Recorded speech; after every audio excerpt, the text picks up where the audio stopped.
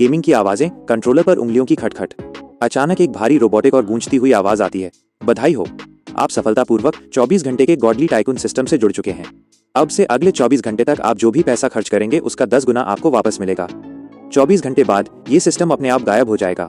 SFX, दिमाग में एक टिक टिक करती उल्टी गिनती शुरू होने की आवाज, 10 गुना कैशबैक। मेरे अकाउंट में सिर्फ 2000 युआन बचे हैं, लेकिन अगर ये सच है तो एक एक सेकंड कीमती है। बिना सोचे मैंने तुरंत वो पूरे 2000 युआन अपने गेम अकाउंट में रिचार्ज कर दिए और अगले ही सेकंड मेरे फोन की स्क्रीन चमक उठी। आपके कमर्शियल बैंक अकाउंट में 20,000 युआन ट्रांसफर किए गए हैं। Current balance 20,024 yuan. भाई साहब, ये सच में काम कर रहा है। मेरा दिल इतनी तेज धड़कने लगा कि लगा छाती से बाहर आ जाएगा। पैसा कमाना इतना आसान हो सकता है? अब वेस्ट करने के लिए एक सेकंड भी नहीं था। मैंने तुरंत अपने दोस्त लिंग जियान को 20,000 युआन डायरेक्टली ट्रांसफर किए और पलक झपकते ही सिस्टम ने मुझे 2 लाख युआन वापस भेज दिए। लिंग जियान की तरफ से चैट पर सिर्फ एक क्वेश्चन मार्क आया, पर मैंने उसे पूरी तरह इग्नोर कर दिया। मेरे पास जवाब देने का टाइम कहाँ था। मैंने तुरंत उसे 2 लाख और भेज दिए और बम, सिस्टम ने मुझे तुरंत 20 लाख युआन रिफंड कर दिए। अगले ही सेकंड मेरा फोन जोर जोर से बजने लगा। लिंग जियान का कॉल था। वो पूरी तरह शॉक में था और चिल्लाते हुए बोला, अबे साले, ये क्या बकवास है? तूने अचानक मुझे 2,20,000 युआन क्यों भेज दिए? क्या कांड किया है तूने? इतने पैसे कहाँ से आए तेरे पास? मैंने बिल्कुल शांत रहकर जवाब दिया, पर मेरी उंगलियां स्क्रीन पर पागलों की तरह चल रही थीं। अरे यार, तू टेंशन मत ले। याद है मैंने तुझसे 10,000 उधार लिए थे, बस वही लौटा रहा हूँ। अभी मैं थोड़ा बिजी हूँ, बाद में एक्सप्लेन करता हूँ। वो तो लगभग चीख ही पड़ा। दिमाग खराब है क्या तेरा?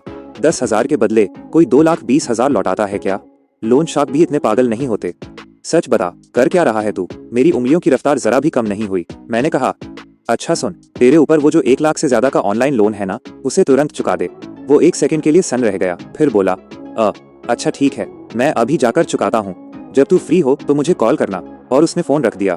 3 मिनट से भी कम समय में मैंने अपने सारे ऑनलाइन लोन और क्रेडिट कार्ड के कर्ज पूरी तरह साफ कर दिए। मैंने टोटल 20 लाख खर्च किए और सिस्टम ने तुरंत मुझे 2 करोड़ युआन वापस दे दिए। फिर मैंने 3 करोड़ और उड़ाए तो वापस मिले 30 करोड़। उस वक्त मेरे बैंक अकाउंट का बैलेंस 4.7 करोड़ युआन तक पहुंच चुका था। सच कहूं तो लिंग जियान के अलावा मेरे बाकी जितने भी सो कॉल्ड दोस्त थे, वो सब बस मतलबी और मुफ्तखोर थे जो मदद के लायक ही नहीं थे। अब आसपास ऐसी कोई चीज बची ही नहीं थी जिस पर बड़ा पैसा खर्च किया जा सके। इसलिए मैंने तुरंत फैसला किया कि मुझे किसी ऐसी जगह जाना चाहिए जो हाई एंड कंजम्पशन के लिए बनी हो। मैं अपनी जिंदगी की सबसे तेज रफ्तार से सीढ़ियां उतरकर नीचे भागा और एक टैक्सी रोकी। बैठते ही मैंने कहा, ड्राइवर भैया, जॉन रोड वाले फेरारी शोरूम चलो। आखिर अमीर लोगों को अगर बहुत जल्दी बड़ा पैसा उड़ाना हो तो सबसे तेज तरीका घर और लग्जरी कारें ही हैं।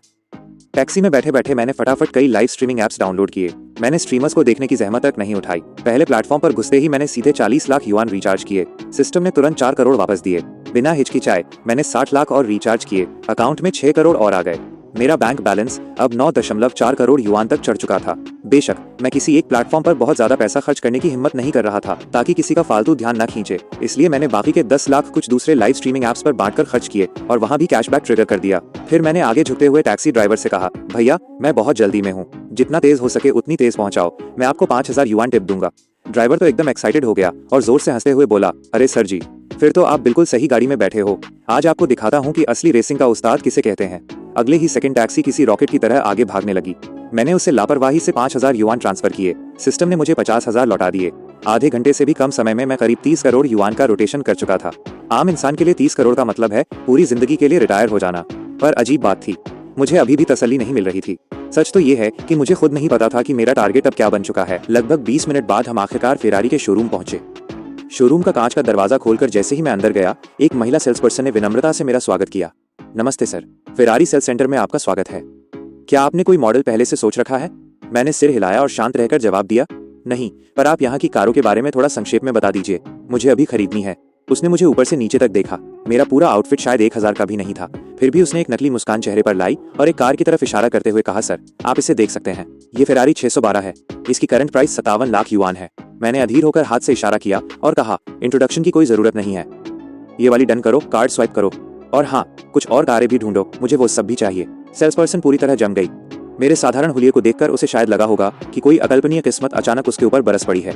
मैंने आगे कहा, क्या आपके पास Ferrari 812, Ferrari F12, Ferrari 599, Ferrari 488, Ferrari F90, Ferrari 458 और फेरारी FF हैं? उसने हड़बड़ाते हुए जवाब दिया, सर सारे मॉडल अभी स्टॉक में नहीं है, कुछ को दूसरी लोकेशन से ट्रांसफर करना पड़ेगा। मैंने लापरवाही से सिर हिलाया, कोई बात नहीं।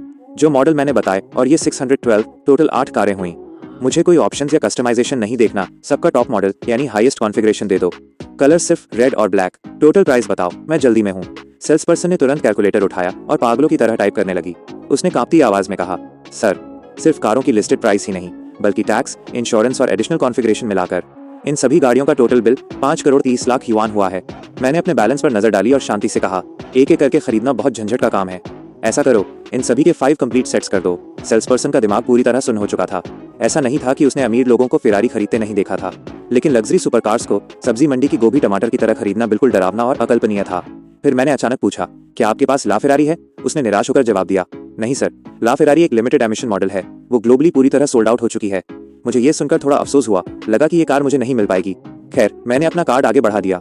आमतौर पर नॉर्मल बैंक कार्ड्स की एक स्पेंडिंग लिमिट होती है, लेकिन इस सिस्टम की ताकत के आगे दुनिया का हर नियम बेमानी लग रहा था। जैसे ही पेमेंट सक्सेसफुल होने का नोटिफिकेशन बजा, सेल्स पर्सन की आंखों में मेरे लिए सम्मान पूरी तरह बदल गया। फेरारी शोरूम में रोज रोज कस्टमर्स नहीं आते थे, इसलिए आसपास की जितनी भी खाली बैठी सेल्स गर्ल्स थीं, वो सब मेरे इर्द गिर्द जमा हो गईं। हर कोई इस रहस्यमयी अमीर शहजादे के करीब आने की कोशिश कर रहा था। उनकी आंखों में मेरे वो सस्ते कपड़े भी अब क्लासी और ओल्ड मनी लुक का सिंबल बन चुके थे। जैसे ही वो 20 करोड़ से ज्यादा की रकम सफलतापूर्वक खर्च हुई, सिस्टम ने तुरंत मुझे 2.67 अरब युआन रिफंड कर दिए। पिछले बचे हुए बैलेंस को मिलाकर मेरे अकाउंट में अब करीब 2.7 अरब युआन का प्योर कैश बैठा हुआ था। मैंने टोटल 40 लग्जरी कारें ऑर्डर कर दी थी और हर एक सेल्स पर्सन मुझे ऐसे घेरे खड़ी थी जैसे मैं कोई साक्षात भगवान हूँ। यहाँ तक कि शोरूम का मैनेजर खुद मेरे लिए चाय लेकर आया और इतना झुककर मुस्कुरा रहा था कि मानो उसे डर हो कि कहीं उसकी तेज सांस लेने से भी मैं नाराज ना हो जाऊं। एक सेल्स पर्सन ने मुझे धीरे से याद दिलाया, मिस्टर गू, मैं आपको बताना चाहूंगी कि इन सभी गाड़ियों की डिलीवरी में लगभग 6 महीने का समय लगेगा। मैंने लापरवाही से हाथ हिलाया, कोई बात नहीं, जैसे जैसे गाड़ियां आती जाएं, एक एक करके डिलीवर करते जाना। ये सुनते ही उसने राहत की सांस ली। आखिर 20 करोड़ से ऊपर के ऑर्डर पर मिलने वाले कमीशन की वो कल्पना भी नहीं कर सकती थी। उसे देखते ही मुझे समझ आ रहा था कि उसके दिमाग में क्या चल रहा है। मेरी मिस्ट्रेस बनकर मुझसे मिलने वाला रैंडम पॉकेट मनी भी उसकी पूरी लाइफ बदल सकता था। अगर ये आज से पहले हुआ होता तो शायद मैं इन खूबसूरत लड़कियों से थोड़ी देर और बातें करता, लेकिन मेरे पास सिर्फ 24 घंटे थे। 1 घंटे से ज्यादा का समय बीत चुका था और मेरे पास फालतू चीजों पर वेस्ट करने के लिए एक पल भी नहीं था। इस वक्त दुनिया की सबसे खूबसूरत औरतें भी मेरे इस मनी प्रिंटिंग मिशन के आगे साइड हो चुकी थीं। SFX स्विच फोन की VIP रिंगटोन। तभी मेरा फोन बजा। हेलो, क्या मैं मिस्टर गू से बात कर रहा हूँ? मैंने कहा, हाँ, कौन? उधर से आवाज आई, नमस्ते मिस्टर गू, मैं कमर्शियल बैंक का प्रेसिडेंट चिन युआन शान बोल रहा हूँ।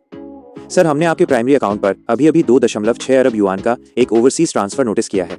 चूंकि हमारे बैंक में आपका डिपॉजिट बहुत ही बड़ा और महत्वपूर्ण है, इसलिए हम आपको ऑफिशियली अपने हाईएस्ट लेवल VIP क्लाइंट बनने का इन्विटेशन देना चाहते हैं और आपको कई एक्सक्लूसिव सर्विसेज प्रोवाइड करना चाहते हैं। भले ही मेरा फोन स्पीकर पर नहीं था, पर उस शांत शोरूम में मैनेजर से लेकर हर सेल्स गर्ल्स ने एक एक शब्द साफ सुन लिया।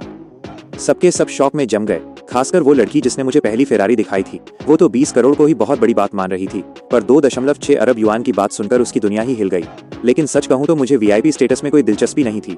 मुझे दिलचस्पी थी एक बैंक प्रेसिडेंट के पीछे की पावर और कनेक्शंस में।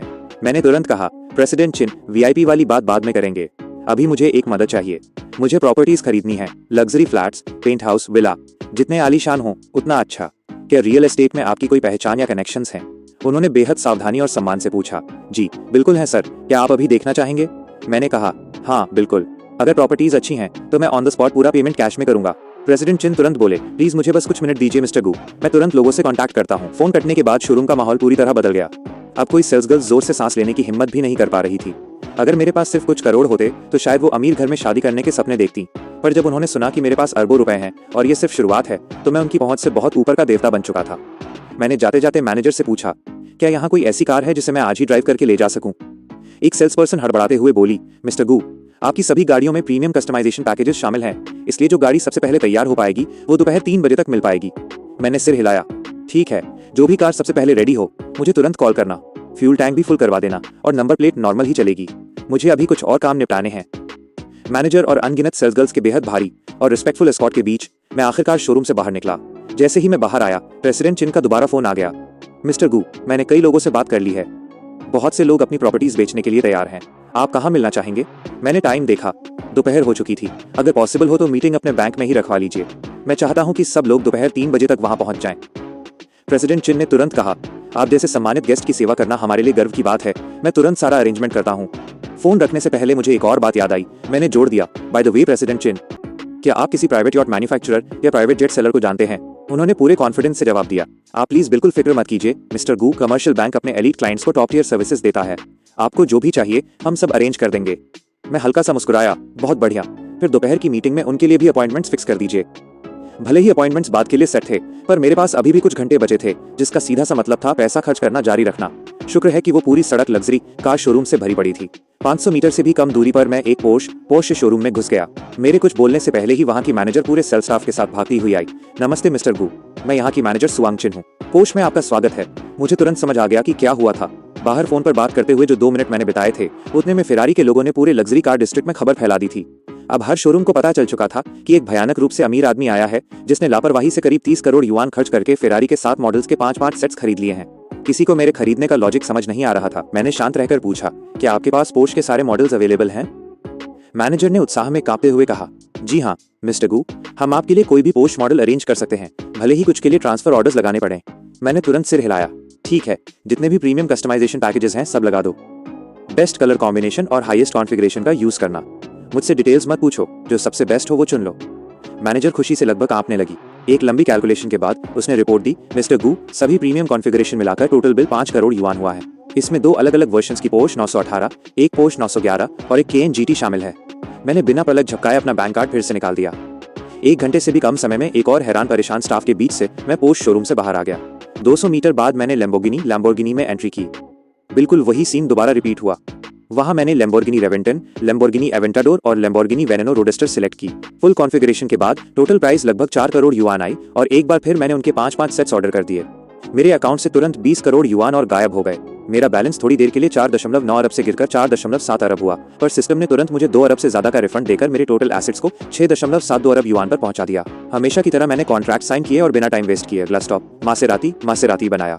वहां मैंने Maserati Gran Turismo, Maserati MC20, Maserati Quattroporte, Maserati coupe और मासेराती ग्रैंड कैब्रियो चुनी। Fully configured total 1.5 crore yuan से ऊपर बैठा और मैंने बिना हिचकिचाए फिर से 5 सेट्स का दांव खेल दिया, जिससे टोटल 7.5 करोड़ युआन खर्च हुए। सिस्टम ने तुरंत मुझे 75 करोड़ युआन वापस किए और इस तरह दोपहर के 3 बजते बजते मेरी टोटल वेल्थ 7.4 अरब युआन तक जा पहुंची। आखिरकार मैं कमर्शियल बैंक पहुंचा। गाड़ी से उतरते ही एक 40-45 साल के मिडिल एज आदमी ने रिस्पेक्टफुल स्माइल के साथ मेरी तरफ कदम बढ़ाए। मिस्टर गू, आपका स्वागत है। मैं चिन युआन शान कमर्शियल बैंक का प्रेसिडेंट। मैंने हल्के से सिर हिलाया। प्रेसिडेंट चिन, आप बहुत विनम्र हैं। फिर हम दोनों अंदर चले गए। अंदर जाते हुए उनकी नजर मेरे हाथ में मौजूद आधे खाए हुए हैमबर्गर पर पड़ी तो वो थोड़ा झेपते हुए मुस्कुराए। मिस्टर गू, शायद हमें पहले खाना खा लेना चाहिए। मैंने तुरंत सिर हिलाया। अरे नहीं, जरूरत नहीं है, मेरे पास समय बहुत कम है। उन्होंने हड़बड़ाकर जवाब दिया, तो फिर ऐसा करते हैं, मैं तुरंत पास से आपके लिए एक सिंपल सा खाना मंगवा देता हूँ। मैंने लापरवाही से सिर हिलाया। ठीक है, कुछ भी सिंपल चलेगा। बिल्कुल सर, कुछ भी सिंपल चलेगा। बिल्कुल सर, कोई परेशानी नहीं है, कोई परेशानी नहीं है, कोई परेशानी नहीं है। और वो मुझे बैंक के अंदर ले गए। चूंकि मैंने बहुत से लोगों को बुलवाया था, इसलिए VIP कॉन्फ्रेंस रूम में कई गेस्ट्स पहले से ही वेट कर रहे थे। प्रेसिडेंट चिन ने खुद मेरे लिए चाय सर्व की और सबका इंट्रोडक्शन कराया। एक सिंपल राउंड की ग्रीटिंग्स के बाद मैंने रूम में चारों तरफ देखा और शांत आवाज में कहा, सॉरी आप सबको इतनी जल्दी में और इस तरह अचानक बुलाने के लिए। मैं थोड़ा जल्दी में हूँ, इसलिए मैंने सोचा कि सब कुछ एक ही बार में हैंडल कर लिया जाए। लेकिन मुझे पूरा भरोसा है कि हमारी आगे की बातचीत से आप सब बहुत सेटिस्फाइड होंगे। वहाँ मौजूद हर शख्स एक मंजा हुआ बिजनेसमैन था, इसलिए ऐसी बातों पर किसी को गुस्सा नहीं आया। वैसे भी आने से पहले प्रेसिडेंट चिन ने उन्हें हिंट दे दिया था कि मैं एक बेहद खतरनाक लेवल का कैश बायर हूँ। मैं सीधे पॉइंट पर आया। चलिए प्रॉपर्टीज से शुरू करते हैं। कई लोगों ने तुरंत तैयार किए गए मोटे मोटे डॉक्यूमेंट्स के बंडल आगे बढ़ा दिए। टोटल 30 से ज्यादा लग्जरी फ्लैट्स और विला थे। मैंने बहुत तेजी से सब कुछ पलटा। सच कहूं तो मुझे सिर्फ वहां के एनवायरनमेंट और प्राइसेस से मतलब था। यहाँ का हर प्रोजेक्ट शहर के सबसे फेमस और आलीशान डेवलपमेंट्स में से एक था और कीमतें आम इंसान की पहुंच से कोसों दूर थीं। सबसे सस्ता फ्लैट भी 2 लाख युआन पर स्क्वायर मीटर से शुरू था और सबसे छोटा यूनिट 230 स्क्वायर मीटर का था। मुझे सब कुछ रिव्यू करने में लगभग 1 घंटा लगा और तब तक मेरे बगल में चावल सब्जी का एक पैक्ड मील चुपचाप लाकर रख दिया गया था। मैंने डॉक्यूमेंट्स नीचे रखे और शांति से पूछा, अगर मैं आपकी ये प्रॉपर्टीज खरीदता हूँ तो मुझे क्या एडिशनल बेनिफिट्स मिलेंगे? रिप्रेजेंटेटिव्स ने एक दूसरे को देखा, फिर अपने अपने ऑफर्स बताने लगे। ज्यादातर लोगों ने 3 साल के लिए property management fees, utilities, heating fees wave of करने, फ्री पार्किंग स्पेस और 3 साल में 10 फुल हाउस क्लीनिंग सर्विसेज का ऑफर दिया। मैंने दिमाग में रफ कैलकुलेशन की। सबसे सस्ता लग्जरी फ्लैट 4.6 करोड़ युआन का था, जबकि सबसे महंगा विला पूरे 800 करोड़ युआन 80 मिलियन का था। टोटल 32 प्रॉपर्टीज थी, 25 लग्जरी फ्लैट्स और 7 विला, जिनकी कंबाइंड प्राइस 4.3 अरब युआन बैठ रही थी। अकाउंट में 7.4 अरब से ज्यादा होने की वजह से मुझे कोई डर नहीं था, बल्कि मैं एक्साइटेड था, क्योंकि ये अकेला ट्रांजैक्शन सिस्टम के थ्रू मुझे 43 अरब युआन से ज्यादा वापस देने वाला था। बेशक रकम इतनी बड़ी थी कि कैश बैक बैचेस में आने वाला था। क्योंकि सब कुछ बहुत हड़बड़ी में अरेंज हुआ था, इसलिए सेलर सिर्फ प्रॉपर्टी के पेपर्स लाए थे। किसी को उम्मीद नहीं थी कि डील आज ही क्लोज हो जाएगी। आखिर कौन सोच सकता था कि मेरे जैसा कोई इंसान सिर्फ तस्वीरें देखकर अरबों की प्रॉपर्टीज खरीद लेगा। खैर, एक फोन कॉल के बाद लोग तुरंत कॉन्ट्रैक्ट्स डिलीवर करने के लिए भागे। जब तक हम वेट कर रहे थे, मैं बगल में बैठे 3 यॉट कंपनी के रिप्रेजेंटेटिव्स की तरफ मुड़ा। जेंटलमैन, जरा मुझे आपके मटेरियल्स भी देखने दीजिए। तीनों ने तुरंत दोनों हाथों से बड़े सम्मान के साथ अपने डॉक्यूमेंट्स आगे बढ़ाए। पेपर्स पलटने के बाद मैंने सिर हिलाया। मुझे ये तीनों अवेलेबल यॉट्स पसंद हैं, मैं ये तीनों ले रहा हूँ। इसके अलावा मैं एक और यॉट कस्टम बिल्ड करवाना चाहता हूँ। एक रिप्रेजेंटेटिव ने तुरंत कॉन्फिडेंस से स्माइल की। मिस्टर गू, ऐसी कोई चीज नहीं है जो हम बिल्ड नहीं कर सकते। मैंने सेटिस्फैक्शन के साथ सिर हिलाया और फटाफट अपनी रिक्वायरमेंट्स लिखवानी शुरू कर दी। आधे घंटे तक डिटेल में डिस्कस करने के बाद मैंने आखिरकार कहा, मेरी रिक्वायरमेंट्स काफी मुश्किल हैं। आप तीनों आपस में कंपीट करके देख लीजिए कि ये ऑर्डर कौन ले सकता है। लगभग उसी समय प्रॉपर्टी के कॉन्ट्रैक्ट्स आ गए और मैंने तुरंत सब पर साइन करना शुरू कर दिया ताकि यॉट कंपनियों को आपस में डिस्कस करने का टाइम मिल सके। उसी समय मैंने प्राइवेट जेट कंपनियों के मटेरियल्स भी ले लिए। उन्हें देखने के बाद मेरी थ्योरियां थोड़ी चढ़ गईं। सच कहूं तो मैं पूरी तरह सेटिस्फाइड नहीं था, पर इसमें कुछ किया नहीं जा सकता था। प्राइवेट जेट्स बेहद महंगे होते हैं और कोई भी रेडीमेड स्टॉक नहीं रखता, सब कुछ एडवांस कस्टमाइजेशन मांगता है। इसलिए मैंने फिर से अपनी पर्सनल रिक्वायरमेंट्स की लिस्ट बतानी शुरू कर दी, जबकि रिप्रेजेंटेटिव्स पीछे बैकस्टेज पागलों की तरह अपने मैन्युफैक्चरर से कांटेक्ट कर रहे थे। प्राइवेट जेट के लिए मेरी डिमांड्स भी बहुत एक्सट्रीम थी। जैसे जैसे मैं बोल रहा था, सब लोग फटाफट नोट्स ले रहे थे और अपनी कंपनियों को इन्फॉर्मेशन रिले कर रहे थे। इस बीच प्रेसिडेंट चिन बगल में बैठे बिल्कुल सुन्न दिखाई दे रहे थे। एक बैंक प्रेसिडेंट होने के नाते वो खुद को ऐसा इंसान मानते थे जिसने अनगिनत अमीर क्लाइंट्स देखे हैं, पर आज उनका पूरा वर्ल्ड व्यू बिखर चुका था। आम लोग आज भीती मार्केट में सब्जी खरीदते हुए भाव-ताव करते हैं और यहाँ मैं अरबों युआन की डील्स ऐसे साइन कर रहा था जैसे आलू प्याज खरीद रहा हूँ। थोड़ी देर बाद यॉट कंपनियां किसी नतीजे पर पहुंची। उनमें से एक ने ऑफिशियली मेरा कस्टम यॉट प्रोजेक्ट एक्सेप्ट कर लिया। जो यॉट मैंने मांगी थी उसकी टोटल कॉस्ट 2.5 अरब युआन आ रही थी। ग्लोबल स्केल पर भी वो दुनिया की सबसे आलीशान सुपर यॉट्स में शुमार होने वाली थी। बिना किसी हिचकिचाहट के मैंने पूरे 2.5 अरब युआन तुरंत ट्रांसफर कर दिए। फिर मैंने वो 3 रेडीमेड यॉट्स भी 40 करोड़ युआन में खरीद ली जो मैंने पहले सिलेक्ट की थी। मैंने कॉन्ट्रैक्ट साइन किए और बिना पलक झपकाए कार्ड स्वाइप कर दिया। मेरा बैलेंस टेम्पररी तौर पर गिरकर 7.22 अरब हुआ, पर यॉट मैन्युफैक्चरर के लिए ये प्रोजेक्ट अपने आप में एक अविश्वसनीय चैलेंज था। जो यॉट मैंने मांगी थी वो इतनी विशाल और वर्ल्ड क्लास लग्जरी से लैस थी कि इंटरनेशनल लेवल पर भी सिर्फ टॉप टियर कंपनियों में ही इसे बनाने की काबिलियत थी। उनकी जैसी इंडस्ट्रीज में कई साल बिना किसी बड़े ऑर्डर के निकल जाते हैं, पर एक ऐसा बड़ा ऑर्डर उनके अगले कई सालों का खर्चा निकाल देता है। और इस अकेले 2.5 अरब के ट्रांजैक्शन से सिस्टम ने मुझे तुरंत 25 अरब युआन का रिफंड दे दिया। मेरे लिक्विड एसेट्स अब अकल्पनीय रूप से खतरनाक हो चुके थे। प्रॉपर्टीज और यॉट्स के बाद आखिरी बड़ा काम था प्राइवेट जेट। कई एविएशन कंपनियों के बीच डिस्कशन के बाद फाइनली ईस्टर्न एयरलाइंस ने मेरा ऑर्डर एक्सेप्ट कर लिया। मेरी कस्टमाइजेशन रिक्वायरमेंट्स इतनी कॉम्प्लेक्स और हाई एंड थी कि पूरी डिलीवरी में कम से कम 1.5 साल का समय लगने वाला था। आमतौर पर क्वालिटी स्टैंडर्ड्स मेंटेन करते हुए ऐसी फ्लाइट्स को बनाने में 3-4 साल लगते हैं, पर मुझे वेट करने से कोई फर्क नहीं पड़ रहा था। मुझे फर्क पड़ रहा था बड़ा पैसा खर्च करने से। एक पूरा top level international luxury private jet के स्टैंडर्ड्स के हिसाब से उसकी फाइनल कस्टमाइज्ड प्राइस 3.5 अरब युआन तय हुई। जैसे ही मैंने साइन और पेमेंट कंप्लीट की, मेरे टोटल एसेट्स ने आखिरकार 100 अरब का आंकड़ा पार कर लिया। कुल मिलाकर मेरे पास अब 103.7 अरब युआन से ज्यादा की संपत्ति थी। जब सब लोग वहां से निकले तो शाम के 7 बज चुके थे। मैंने अपने दुखते हुए माथे को मला और एक लंबी सांस ली। सच में सुबह 10 बजे से लगातार पैसा खर्च करना बेहद थका देने वाला काम था, खासकर दोपहर के वो नेगोशिएशंस, डिसीजंस और अंतहीन साइनिंग। मेरी थकी हुई शक्ल देखकर प्रेसिडेंट चिन ने रिस्पेक्टफुली स्माइल की और कहा, मिस्टर गू, आप बहुत थके हुए लग रहे हैं। क्या मुझे आपको डिनर पर ले जाने का सम्मान मिल सकता है ताकि आप थोड़ा रिलैक्स कर सकें? मैंने हल्के से सिर हिलाया। ठीक है, चलिए। चिन युआन पूरे रास्ते बेहद हम्बल बने रहे। भले ही वो बैंक के प्रेसिडेंट थे, पर वो सिर्फ एक रीजनल ब्रांच के प्रेसिडेंट थे और उस वेल्थ के सामने जो मैं अब कंट्रोल कर रहा था वो भी हमारे बीच का फासला अच्छे से समझ रहे थे। चलते चलते मैंने अचानक कहा, प्रेसिडेंट चिन, वॉशरूम कहाँ है? मुझे हाथ धोने हैं। वो खुद मुझे गाइड करते हुए वहां ले गए। जैसे ही मैं वॉशरूम के अंदर गया, मैंने नोटिस किया कि वो बाहर खड़े होकर बहुत तेजी से फोन निकालकर किसी को सीक्रेटली कॉल कर रहे थे। जब मैं बाहर आया तो वो तुरंत फिर से मुस्कुराए। मिस्टर गू, चलें? उनके लीड करने पर हम जल्द ही एक प्राइवेट रेस्टोरेंट पहुंचे। बैठने के बाद मैंने उनसे सीरियस होकर पूछा, प्रेसिडेंट चिन, ऐसी कौन सी इंडस्ट्रीज हैं जहां सबसे तेजी से पैसा खर्च होता है? वो थोड़ी देर के लिए रुके, फिर बोले, अगर बहुत बड़े अमाउंट की बात करें तो लग्जरी घड़ियां, कलेक्टिबल आर्ट और टॉप टियर ज्वेलरी बेहद एक्सपेंसिव कैटेगरीज हैं। मैंने थोड़ा सिर हिलाया। इसके अलावा कुछ और? थोड़ा सोचने के बाद उन्होंने जोड़ा, अगर विशुद्ध रूप से बहुत तेजी से पैसा ठिकाने लगाना है तो बिजनेस इन्वेस्टमेंट शायद सबसे फास्ट तरीका है। ये सुनते ही मेरी आंखें चमक उठी। अच्छा, तो क्या इस वक्त कोई ऐसी कंपनियां हैं जो इन्वेस्टमेंट ढूंढ रही हैं? मैं देखना चाहूंगा, अगर पोटेंशियल हुआ तो शायद मैं उन्हें सपोर्ट कर सकूं। चिन युआन शान तुरंत मुस्कुराए। मिस्टर गू, पूरे देश में इन्वेस्टमेंट की तलाश कर रही कंपनियों की कोई कमी नहीं है। Film and television entertainment, internet media, health care, pharmaceuticals, education and training, her industry में अनगिनत कंपनियां फंडिंग की राह देख रही हैं। मैंने शांति से सिर हिलाया। बहुत बढ़िया, तो फिर film entertainment, online media, medicine, health care और एजुकेशन ट्रेनिंग की कंपनियों को शॉर्टलिस्ट करने में मेरी मदद कीजिए। बेशक वो कंपनियां बिल्कुल बेकार नहीं होनी चाहिए, वरना अगर उनका स्केल ही छोटा हुआ तो मैं बड़ा अमाउंट कैसे इन्वेस्ट कर पाऊंगा? मैंने ये जानबूझकर कहा था, मेरे लिए कंपनी का सक्सेसफुल होना या फेल होना मायने नहीं रखता था। जब तक मैं पैसा खर्च कर रहा था, सिस्टम मुझे उसका 10 गुना वापस देने ही वाला था। चिन युआन शान ने सीरियस होकर सिर हिलाया। आप बिल्कुल फिक्र मत कीजिए मिस्टर गू, डिनर खत्म होते ही मैं तुरंत लोगों से कांटेक्ट करता हूँ। इस तरह हमारे बीच एक और एग्रीमेंट हो गया। फिर मुझे अचानक एक और बात याद आई। ओह हाँ, मुझे एक पूरा कमर्शियल स्काईस्क्रेपर गगनचुंबी इमारत भी खरीदना है। क्या आसपास किसी का इसे बेचने का इरादा है? ये सुनकर चिन युआन शान भी थोड़े सन रह गए। मिस्टर गू, पूरा कमर्शियल स्काईस्क्रेपर खरीदना कोई छोटी बात नहीं है, इसकी प्राइस बहुत ज्यादा होगी। अगर आपको सच में चाहिए तो मुझे बहुत ध्यान से लोगों से कांटेक्ट करना होगा, और सच कहूं तो बहुत कम लोग पूरी बिल्डिंग बेचने के लिए तैयार होते हैं। अचानक उनकी आंखें ऐसे चमकी जैसे उन्हें कुछ याद आया हो। वेट, अगर कोई ऐसी न्यूली कंप्लीटेड बिल्डिंग हो जिसने अभी ऑफिशियली ऑपरेशन शुरू नहीं किए हैं तो क्या वो चलेगी? मैंने तुरंत सिर हिलाया। हाँ बिल्कुल चलेगी, रिनोवेशंस और मॉडिफिकेशंस मैं खुद हैंडल कर लूंगा। ये सुनते ही उन्होंने फटाफट कहा, इस केस में मैं असल में एक बिल्डिंग को जानता हूँ। कुछ साल पहले एक कंपनी ने हमारे बैंक से बहुत बड़ा लोन लेकर एक ट्विन टावर स्काईस्क्रेपर प्रोजेक्ट खड़ा किया था। वो दोनों टावर्स आपस में जुड़े हुए हैं और उनका डिजाइन काफी कॉम्प्लेक्स है।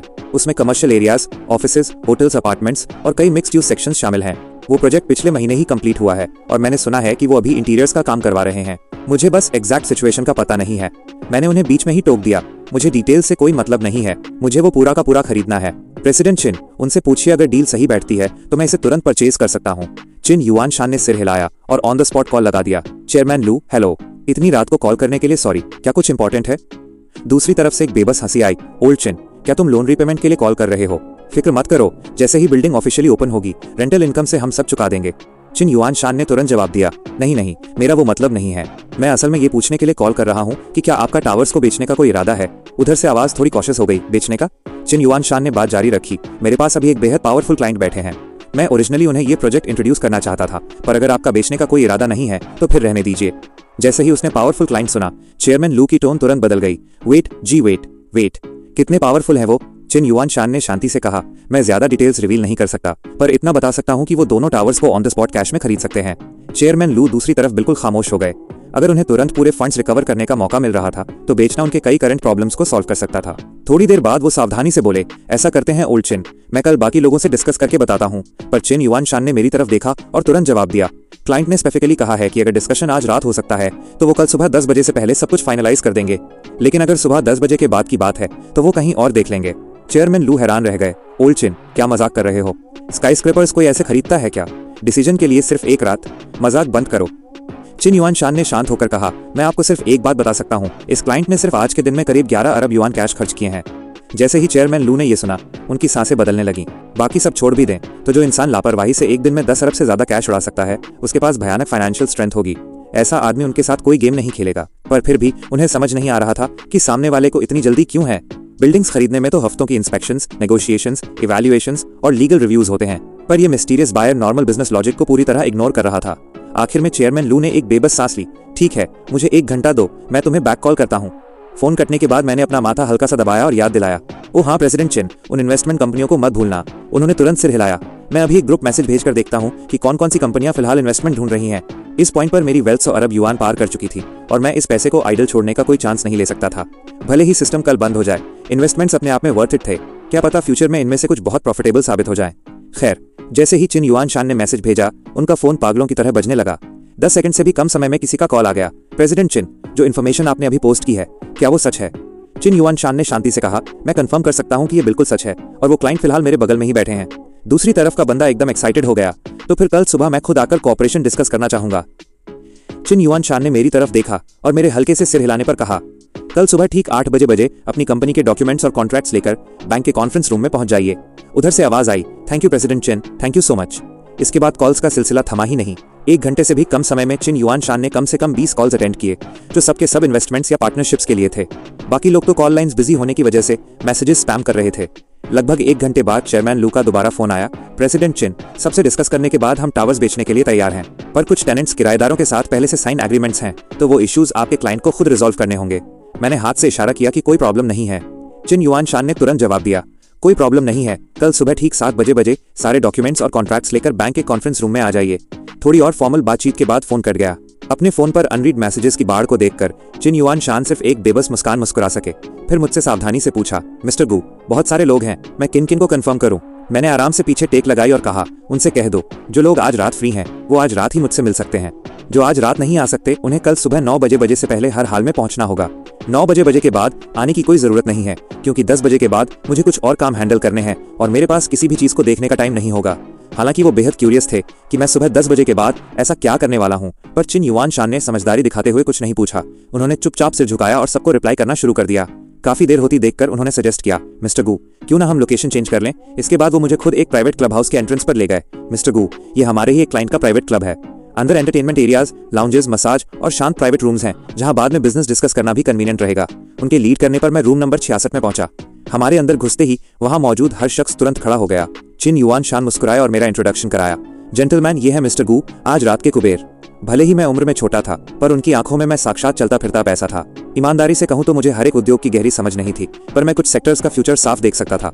हेल्थ केयर और एजुकेशन जैसे फील्ड्स समाज बदलने पर भी कभी खत्म नहीं होने वाले थे। एंड में मैंने दर्जनों कंपनियों और कॉर्पोरेट ग्रुप्स में इन्वेस्ट किया और टोटल करीब 30 अरब युआन खर्च कर दिए। स्वाभाविक रूप से सिस्टम ने तुरंत मुझे 300 अरब युआन वापस लौटा दिए। मीटिंग्स का ये सिलसिला रात के 3-4 बजे तक बिना रुके चलता रहा, जिसके बाद ही मुझे थोड़ी देर रेस्ट करने का मौका मिला, पर मैं ज्यादा देर सो नहीं पाया। चिन युआन शान ने मुझे फिर से जगा दिया। मिस्टर गू, बैंक चलने का समय हो गया है, कई रिप्रेजेंटेटिव्स पहले से ही वहां वेट कर रहे हैं। आंखों के नीचे डार्क सर्कल्स लिए मैं उनके पीछे पीछे वापस कमर्शियल बैंक आ गया। चेयरमैन लू अपनी सेक्रेटरी और डॉक्यूमेंट्स के एक भारी भरकम बंडल के साथ पहले से मौजूद थे। मैंने लापरवाही से फाइल्स ली और सिर्फ की सेक्शंस पर नजर डाली। चूंकि मैं इस जगह को अपना फ्यूचर हेडक्वार्टर बनाने का प्लान कर रहा था, इसलिए बाहर के किसी भी रेंटल कॉन्ट्रैक्ट या टेनेंट को वहां रहने देने का सवाल ही नहीं उठता था। एंड में मैंने वो ट्विन स्काई स्क्रैपर्स पूरे 30 अरब युआन में खरीद लिए। सिस्टम ने पलक झपकते ही मुझे फिर से 300 अरब का रिफंड दे दिया। इसके टॉप पर मैंने वहां मौजूद बाकी अलग अलग कंपनियों में 20 अरब युआन और इन्वेस्ट कर दिए। सुबह के ठीक 9:50 तक मैं आखिरी कॉन्ट्रैक्ट पर भी साइन कर चुका था। फिर मैंने वॉशरूम जाने का एक बहाना बनाया। कुछ ही मिनटों बाद वॉशरूम के सन्नाटे में वो जानी पहचानी सिस्टम की आवाज मेरे दिमाग में आखिरी बार गूंजी। 24 घंटे पूरे हो चुके हैं। सिस्टम अब ऑटोमेटिकली अनबाउंड हो रहा है। इस्तेमाल करने के लिए धन्यवाद। आपकी आगे की जिंदगी मंगलमय हो। मैं पहले से जानता था कि ये मोमेंट आने ही वाला है। कोई भी चमत्कार हमेशा के लिए नहीं टिकता, इसलिए मैंने मन ही मन मुस्कुराकर कहा, तो फिर तुम्हारा सफर सुरक्षित हो दोस्त। अगले ही सेकंड एक्सीटॉन का एहसास हवा में धुएं की तरह धीरे धीरे गायब हो गया। मैंने एक गहरी सांस ली, अपनी फीलिंग्स को संभाला और बिल्कुल शांत होकर कॉन्फ्रेंस रूम में लौट आया। इन 24 घंटों में सिस्टम की मदद से मैंने लिक्विड कैश एसेट्स के रूप में 823.7 अरब युआन से ज्यादा का अमाउंट इकट्ठा कर लिया था, और इसमें वो फिक्स्ड एसेट शामिल नहीं थे जो अब मेरे नाम पर थे। मेरे पास दर्जनों विला और लग्जरी फ्लैट्स थे, 100 से ज्यादा सुपर कार्स थी, प्राइवेट जेट्स, प्राइवेट यॉट्स, लगभग 100 कंपनियों में इन्वेस्टमेंट्स और वो 2 विशालकाय स्काई स्क्रैपर्स। अब अगर किसी दिन मैं सब कुछ गवाकर बर्बाद भी हो जाऊं, तो भी सिर्फ इन एसेट्स को बेचकर मेरे पास सैकड़ों अरब रुपए बचे रहेंगे। मीटिंग्स फाइनली खत्म हुई। मैं खड़ा हुआ और हल्की सी मुस्कान के साथ बोला, थैंक यू प्रेसिडेंट चिन, आपकी इस कड़ी मेहनत के लिए। चूंकि यहाँ का सारा काम खत्म हो चुका है और मुझे कुछ और मैटर्स हैंडल करने हैं, इसलिए मैं अब निकलना चाहूंगा। चिन युआन शान ने तुरंत रिस्पेक्टफुली जवाब दिया, बिल्कुल मिस्टर गू, आप जैसे बिजी इंसान के पास स्वाभाविक रूप से कई इंपॉर्टेंट मैटर्स होंगे। मैं आपको बाहर तक एस्कॉर्ट करता हूँ। बैंक से निकलने के बाद मैं आखिरकार अपना सामान पैक करने अपने पुराने किराए के अपार्टमेंट पर आया। सच कहूं तो वहां ऐसा कुछ था नहीं जो पैक करने लायक हो। मैंने लापरवाही से अपने मकान मालिक को कॉल लगाया, अंकल लू, मैं रूम खाली करने का प्लान कर रहा हूँ। बूढ़े मकान मालिक ने तुरंत एक गहरी सांस ली। अरे शाओ गू, क्या इन दिनों कुछ दिक्कत चल रही है क्या बेटा? किराए की फिक्र मत कर, अभी तू वहीं रह, जब सैलरी आ जाए तब दे देना। आजकल बाहर वैसे भी रूम्स बहुत महंगे हैं। उनकी ये बात सुनकर मेरे चेहरे पर एक सच्ची मुस्कान आ गई। नहीं अंकल लू, ऐसी कोई बात नहीं है। मैंने अपना खुद का घर खरीद लिया है, इसलिए अब मुझे रेंट पर रहने की जरूरत नहीं पड़ेगी। वो तुरंत जोर से हंसे, अरे वाह बदमाश, लगता है तू सच में बहुत अमीर हो गया। मैंने जवाब दिया, मैं अपना सामान पैक करके आपके दरवाजे के पास छोड़ दूंगा और बचा हुआ किराया मैं बाद में ट्रांसफर कर दूंगा। उन्होंने कहा, चल ठीक है, थैंक्स शाओगू। इन सब चीजों को हैंडल करने के बाद मुझे लिंग जियान की याद आई और मैंने उसे बैक कॉल किया। फोन उठाते ही वो सीधा चिल्लाया, अबे साले, क्या तमाशा है ये? मैं कल से तेरे कॉल का वेट कर रहा हूँ। मैं हल्का सा हंसा, बस यार थोड़ा काम में बिजी था। लग रहा है तेरा मूड काफी अच्छा है आज। उसने कहा, मूड अच्छा क्यों नहीं होगा भाई, मेरे सारे कर्जे लगभग खत्म हो गए हैं। पर सीरियसली बता, तूने ऐसा क्या किया और मुझे इतने पैसे क्यों ट्रांसफर किए? मैंने लापरवाही से पूछा, क्या तूने अपने सारे कर्जे चुका दिए? उसने जवाब दिया, हाँ भाई, टोटल करीब 2 लाख थे, अब बस 20,000 बचे हैं। मैंने कहा, बहुत बढ़िया। वो तुरंत बात पर वापस आया, नहीं सच बता हुआ क्या है? मुझे तेरे वो 2 लाख लौटाने हैं। मैंने सिर हिलाया, कोई जल्दी नहीं है, जब पैसे हो तब दे देना, और ना भी दे तो कोई बड़ी बात नहीं है। फिर मैंने एक रैंडम बहाना बना दिया, असल में कुछ साल पहले मैंने कुछ बिटकॉइन खरीदे थे, बस कल ही उन्हें बेचा तो अचानक बहुत पैसा आ गया। वो पूरी तरह हैरान होकर हंसा, भाई साहब, मतलब तू तो सच में बड़ा आदमी बन गया। उसने बेबसी से हंसते हुए आगे कहा, चल बहुत बढ़िया हुआ, अब अच्छे से रहना और मेहनत से जिंदगी जीना। मैं धीरे से मुस्कुराया, हाँ भाई, तू भी अपना ख्याल रखना, हम दोनों को अच्छे से जीना है। उसने कहा, चल बेभावुक मत हो, मैं काम पर जा रहा हूँ, रख। हम दोनों हंसे और फोन रख दिया। SFX2 कॉल कटने की बीप और एक सुकून देने वाला बैकग्राउंड म्यूजिक। उसके बाद मैंने अपनी गाड़ी US ऑफिस बिल्डिंग की तरफ घुमा दी, जहां मैं पहले काम किया करता था। उस दौर में मैं बस एक आम सा ऑफिस वर्कर था जो हर दिन जिंदगी के थप्पड़ खाते हुए गुजरता था। पर अब सब कुछ पूरी तरह बदल चुका था। जाहिर है, सबसे पहला काम जो मुझे करना था वो था इस्तीफा देना। मैं सीधा अपने सुपरवाइजर मैनेजर ली के पास पहुंचा और कहा, मैनेजर ली, मैं अपना रेजिग्नेशन दे रहा हूँ। वो एकदम से चौंक गए। उनके चेहरे पर हैरानी साफ दिख रही थी और उन्होंने पूछो, क्या हुआ, तुम आज सुबह काम पर भी नहीं आए, कोई दिक्कत हो गई है क्या? मैं एकदम शांत रहकर बोला, नहीं, ऐसी कोई बड़ी बात नहीं है। कुछ वक्त पहले मैंने थोड़े बिटकॉइन खरीदे थे, हाल ही में उन्हें बेचा तो अच्छे पैसे मिल गए, बस इसीलिए अब नौकरी छोड़ने का फैसला किया है। हमारे बीच कोई ड्रामा या लड़ाई झगड़ा नहीं हुआ, इसीलिए मैनेजर ली ने बड़ा सीधा और साफ रास्ता अपनाया और फोन मंजूरी दे दी। उसके बाद मैंने अपने साथियों को अलविदा कहा, अपना रेजिग्नेशन लेटर जमा किया और बड़े सुकून से कंपनी से बाहर निकल आया। उधर मेरे पीछे ऑफिस के कुछ लोग अभी भी बड़े चटखारे लेकर गॉसिप्स कर रहे थे कि अरे यार, तुम लोगों को पता है मैंने अभी नीचे क्या देखा? गब चांग नीचे एक फेरारी ड्राइव करते हुए निकला है। उनके इस झटके को पूरी तरह इग्नोर करते हुए मैं सुकून से अपनी गाड़ी आगे बढ़ा ले गया, क्योंकि अब मेरे पास पैसा था। इसीलिए मैंने तय किया कि अब से मैं सच में अपनी जिंदगी को एंजॉय करना शुरू करूंगा। सबसे पहला काम तो जाहिर तौर पर यह था कि मैं अपना पूरा हुलिया बदल दूं। लेकिन जब बात हाई एंड लग्जरी ब्रांड्स की आती थी तो सच कहूँ तो मुझे घंटा कुछ समझ नहीं आता था। मैंने तो यहाँ तक सुन रखा था कि कुछ स्टोर्स में घुसने से पहले एसेट वेरिफिकेशन करवाना पड़ता है, जो सुनने में ही बेहद झंझट भरा लगता था। लेकिन अब इस बात से कोई फर्क नहीं पड़ता था। अमीर लोग अपनी परेशानियां प्रोफेशनल्स को हीरे करके हाल करते हैं और मेरे मामले में सबसे आसान जरिया था मेरा बैंक। मैंने तुरंत फिर से चीन युआन शन को कॉल लगाई और पूछो, प्रेसिडेंट चिन, क्या आपका बैंक बड़े हाई एंड लग्जरी ब्रांड्स के साथ कोऑपरेट करता है? प्रेसिडेंट चीन ने पूरे कॉन्फिडेंस से जवाब दिया, मिस्टर गू, शंजो एम्पायर कमर्शियल बैंक की पहुंच एम्पायर के लगभग हर यूएस इंडस्ट्री तक है, जहां तक आप सोच सकते हैं। मैंने सर हिलाते हुए कहा, मैं कुछ लग्जरी चीजें खरीदना चाहता हूँ, जरा अपने पार्टनर से कांटेक्ट कीजिए और देखिए कि कौन सी जगह सबसे सही रहेगी। चिन युआन शन ने तुरंत कहा, अगर ऐसी बात है तो मैं अपने एक स्पेशलिस्ट को आपके साथ भेजे देता हूँ। वो अक्सर लग्जरी मर्चेंट्स के साथ हाई काम करते हैं और सब कुछ बड़ी प्रोफेशनलिज्म से संभाल लेंगे। क्या ये ठीक रहेगा? मैंने जवाब दिया, बिल्कुल सही है, मैं आपके मैसेज का इंतजार करता हूँ। फोन काटने के 3 मिनट से भी कम वक्त में मेरा फोन फिर से बज उठा। एक अनजान नंबर से कॉल था। मैंने पूछा हेलो, तो सामने से आवाज आई, हेलो मिस्टर गू, मैं मांग शिव हूँ, कमर्शियल बैंक से प्रेसिडेंट चीन ने मुझे आपके लिए शॉपिंग कंसल्टेंट के तौर पर अरेंज किया है। कल रात डिनर के दौरान हमारी थोड़ी देर के लिए मुलाकात हुई थी। उसका नाम सुनते ही मुझे तुरंत याद आ गया और मैंने कहा, अच्छा तो तुम हो? मांग शिव ने फटाफट आगे बोलते हुए कहा, अगर आप लग्जरी गुड्स खरीदना चाहते हैं तो मैं इंटरनेशनल मिक्सी मॉल रिकमेंड करूंगी। वहाँ सारे बड़े ब्रांड्स मौजूद हैं और ओवरऑल क्वालिटी लाजवाब है। मैंने हल्के से सर हिलाते हुए कहा, ठीक है, वहीं चलते हैं। मैं खुद ड्राइव करके ए रहा हूँ और रास्ते में बैंक पड़ेगा तो तुम मेरे साथ ही चल सकती हो। ये सुनते ही उसकी आवाज में एक हल्की सी एक्साइटमेंट आ गई और वो बोली, इसमें आपको थोड़ी जहमत उठानी पड़ेगा एमारगू, पर आपकी मदद करना मेरे लिए खुशकिस्मती की बात है। आखिरकार उसने कल रात अपनी आंखों से सब कुछ देखा था, अन लग्जरी गाड़ियों से लेकर अन स्काई स्क्रेपर्स और अरबों के इन्वेस्टमेंट्स तक। वो पूरे वक्त चीन युआन शन के बराबर में खड़ी चाय परोस रही थी और डॉक्यूमेंट संभाल रही थी।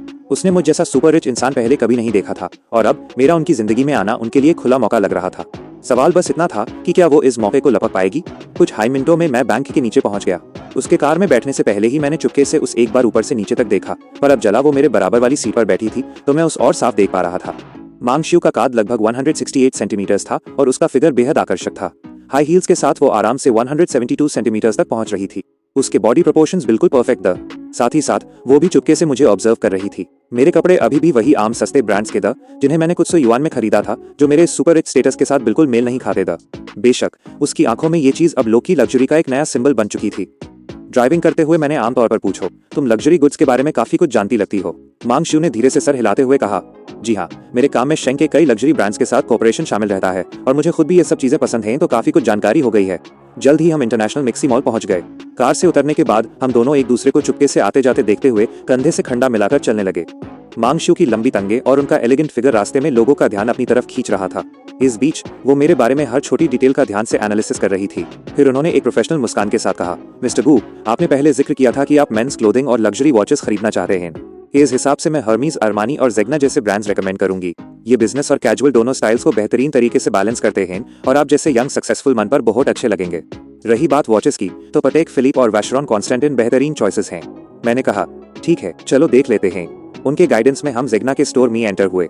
स्टाफ ने तुरंत बड़े गर्मजोशी से हमारा स्वागत किया और पूछो, मिस्टर गू, वेलकम, क्या आप चाहेंगे कि मैं आपके लिए कुछ स्टाइल्स रेकमेंड करूं? मैंने शांत आवाज में जवाब दिया, मेरे बॉडी शेप के हिसाब से 4 सेट्स तैयार करो, डू बिजनेस स्टाइल और डू कैजुअल। स्टाफ ने कहा, बिल्कुल एमआर गू, बस 1 मिनट इंतजार कीजिएगा। आखिर में मैंने स्टोर के अंदर ही एक कैजुअल आउटफिट पहन लिया। मैंने सिर्फ ज़ेग्ना से ही नहीं खरीदा, बल्कि हर्मीज, डियोर, अरमानी और बाकी लग्जरी ब्रांड से भी कई कपड़े सिलेक्ट किए। कुल मिलाकर सिर्फ कपड़ों का खर्चा ही लगभग 1.5 मिलियन युआन गया। कपड़े बदलने के बाद जाहिर है मेरा अगला प्लान एक घड़ी खरीदना था। कई ऑप्शंस देखने के बाद आखिरकार मैंने वो घड़ी चुनी जो मुझे सबसे ज्यादा पसंद आई, पटेक फिलिप की ग्रैंड कॉम्प्लिकेशन सीरीज 6300G010। स्वाभाविक है कि इसकी कीमत भी उतनी ही होश उड़ाने वाली थी, 3.15 मिलियन युआन।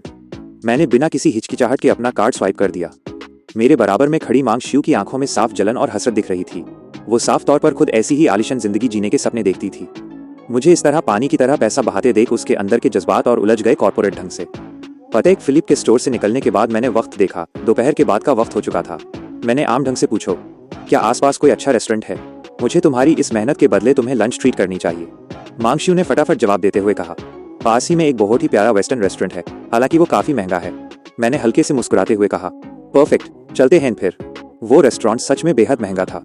मैंने मेनू पर एक सरसरी नजर डाली और देखा कि 2 स्टीक्स की कीमत हाई कई हजार युआन थी, पर अब मैं बस एक अमीर होने के एहसास का लुत्फ उठा रहा था, तो जाहिर है मुझे कीमत से कोई फर्क नहीं पड़ता था। आखिरकार खाना चाहे जितना भी महंगा हो, वो मेरे अन अरबों खरबों के खजाने को तो खत्म नहीं कर सकता था। लंच जैसे जैसे खत्म होने की तरफ बढ़ रहा था, मांगशू अभी तक मेरे साथ कोई सच में नजदीकी रिश्ता बनाने में नाकाम रही थी और उसके अंदर की बेचैनी साफ दिख रही थी।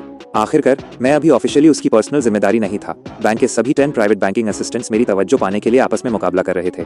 अगर उसने आज ये मौका गवा दिया तो शायद कल कोई दूसरी औरत उसकी जगह ले लेती। मुझे सुकून से खता देख मांगशू ने आखिरकार अपना मन बना ही लिया। वो साफ तौर पर इस बात पर यकीन नहीं करती थी कि कोई भी मर्द लालच से पूरी तरह बच सकता है। इस बीच मैं अभी सोच ही रहा था कि दोपहर में मुझे सबसे पहले किस विला का दौरा करना चाहिए। तभी मुझे टेबल के नीचे कुछ अजीब सा महसूस हुआ। मैंने स्वाभाविक तौर पर मांगशू की तरफ देखा। उसने अपनी आंखें हल्की सी नीचे झुका रखी थी और उसके खूबसूरत चेहरे पर साफ घबराहट दिख रही थी। मैंने हल्के से मुस्कुराते हुए कहा, ये स्टेक काफी महंगा है। ये सुनते ही मांगशू के गाल एकदम से लाल हो गए। वो साफ समझ गई कि मेरे कहने का क्या मतलब था। फिर उसने आखिरकार अपनी पूरी हिम्मत जुटियाई और ध्यान से कहा, मिस्टर गू, मैं आपके साथ रहना चाहता हूँ। मेन यूज शांति से देखते हुए कहा, मैं डेट नहीं करता। उसने हल्के से अपने होंठ काटे और धीमी आवाज में बोली, मैं आपकी लवर बनकर रह सकती हूँ और मैं अभी भी एक वर्जिन हूँ। सच कहूँ तो मैं थोड़ा हैरान था। मैंने पहले ऐसी अफवाहें सुन रखी थी कि बैंकिंग, नर्सिंग और एंटरटेनमेंट जैसी इंडस्ट्रीज में कितना रायता फीला होता है, खास करके ऐसे अनस्पोकन रूल्स को लेकर। मांगशू के इस हुलिया और फिगर को देखकर मुझे सच में इस बात पर यकीन करना मुश्किल लग रहा था कि उसने पहले कभी ये सब एक्सपीरियंस नहीं किया होगा। शायद मेरी हैरानी को भांपते हुए उसने तुरंत सफाई दी, मिस्टर गू, मैं सच कह रही हूँ। अगर आप चाहें तो मुझे वेरीफाई करने के लिए हॉस्पिटल भी ले चल सकते हैं। उसका इतने कॉन्फिडेंस से बोलना देखकर मुझे उसकी बात पर थोड़ा यकीन होने लगा। आखिरकार कोई बिना बात के इतना बड़ा दावा करने की हिम्मत नहीं करेगा, नहीं तो बाद में पकड़ा जाता। मैंने फिर उसकी तरफ एक क्यूरियस नजर से देखा और पूछो, सच कहूँ तो मुझे इस बात की ज्यादा हैरानी है कि तुम जैसी लड़की ने आज तक खुद को किसी के हवाले क्यों नहीं किया। तुम्हारे तो लाइन लगाकर आशिक रहे होंगे। मांगशू ने धीरे से सर हिलाते हुए कहा, मैंने पहले डेट किया है, पर मैंने कभी वो आखिरी लाइन क्रॉस नहीं की। मैं खुद को इतनी आसानी से किसी को नहीं सौंपना चाहती थी। और हाँ, मेरे पीछे बहुत से परस्यूअर्स थे, पर मैं उनके इरादे अच्छे से समझती थी। वो सिर्फ मेरी शक्ल और बॉडी को पसंद करते थे, मुझे एक इंसान के तौर पर नहीं। मुझे शादी से पहले नाज़दीकियों से कोई परहेज नहीं है। बस मुझे डर था कि कहीं मैं किसी गलत इंसान को अपना सब कुछ ना दे बैठूं। एक पाल रुकने के बाद उसने सीधा मेरी आंखों में देखा और साफ साफ इकरार किया, असल में मैं एक बहुत हाई रियलिस्टिक लड़की हूँ। जो मुझे चाहिए वो है पैसा और एक बेहतरीन जिंदगी। मैं ऐसी आज़ादी चाहती हूँ जहाँ मैं जो पसंद आए खरीद सकूँ, जहाँ मन करे घूम सकूँ और मुझे कभी काम की चिंता ना करनी पड़े। अफसोस की बात यह है कि मेरे अंदर खुद ये सब हासिल करने की काबिलियत नहीं है। उसका ये एक्सप्लेनेशन सुनकर मैं उसके विचारों को और साफ समझ गया। वो आगे बड़ी शांति से बोलती रही, मैं इस बात को नहीं चुपती कि मैं मटीरियलिस्टिक हूँ, पर मैं जानबूझकर किसी आम इंसान को ठेस नहीं पहुँचती।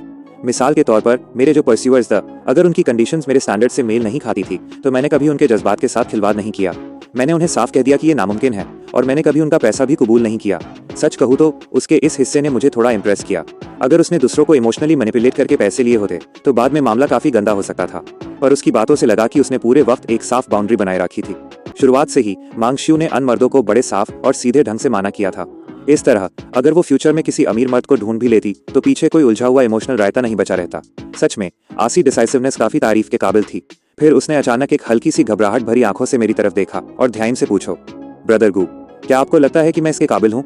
मांगशू साफ तौर पर एक बहुत ही समझदार औरत थी।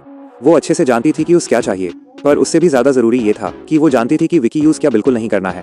सिर्फ ऐसी ही औरतें ये अच्छे से समझती हैं कि एक मर्द को कैसे कंफर्टेबल रखना है। मेन यूज एकदम शांत होकर देखा और कहा, मैं पहले तुम्हें एक पोर्च खरीद कर दूंगा, साथ ही तुम्हारे रहने के लिए टेम्परेरी एक घर का इंतजार करवा देता हूँ। बाकी सब कुछ तुम्हारी अपनी काबिलियत पर डिपेंड करता है। ये सुनते ही मांगशू की आंखें एकदम से चमक उठी और वो बोली, ब्रदर गू, आप चिंता मत कीजिए, मैं पूरी तरह ओबीडियंट रहूंगी। मैं बहुत अच्छे से बिहेव करूंगी। मैंने हल्के से मुस्कुराते हुए कहा, तो फिर चलो इसे अभी एक ट्रायल पीरियड समझ लेते हैं, पर अगर बाद में बात नहीं भी बनी तो भी मैं तुम्हें एक ब्रेकअप फी जरूर दूंगा। जाहिर है वो सो कॉल्ड ब्रेकअप फी एक तरह का हश मनी था, ताकि वो बाद में चारों तरफ ये न कहती फायर की मैंने उसके जज्बात के साथ खिलवाड़ किया है। मांगशू ने तुरंत एक ओबीडियंट बच्चे की तरह सर हिलाया और बोली, ठीक है ब्रदर गू, मैं पूरी तरह आपकी बात मानूंगी। फिर मैंने आम ढंग से कहा, मैं आज दोपहर को कुछ घरों का दौरा करने का प्लान बना रहा हूँ, अगर तुम्हारे पास वक्त हो तो मेरे साथ चलो। उसने मीठी मुस्कान के साथ कहा, बिल्कुल, मैं भी ब्रदर गू का नया घर देखना चाहती हूँ। सिर्फ यूएस से लंच का खर्चा 20,000 युआन से ज्यादा आया था और हमने बस आम ढंग से ही खाना खाया था। बिल को देखकर मांग शिव ने अंदर ही अंदर एक ठंडी आ भरी। उसकी महीने की सैलरी मुश्किल से 10,000 युआन के ऊपर थी, जो यहाँ के एक वक्त के खाने के बराबर भी नहीं थी। क्योंकि मेरे पास अब बहुत सारी प्रॉपर्टीज थी, मेन टेम्पररी रहने के लिए एक आम सा लग्जरी फ्लैट चुन लिया। सच कहूँ तो इस तरह एक खूबसूरत औरत का मेरे साथ होना एक ऐसी चीज थी जिसके बारे में मैंने पहले सिर्फ सपने देखे थे। तब मैं बस एक आम सा नोबडी था, पर अब ये आसी जिंदगी किसी तरह हकीकत बन चुकी थी।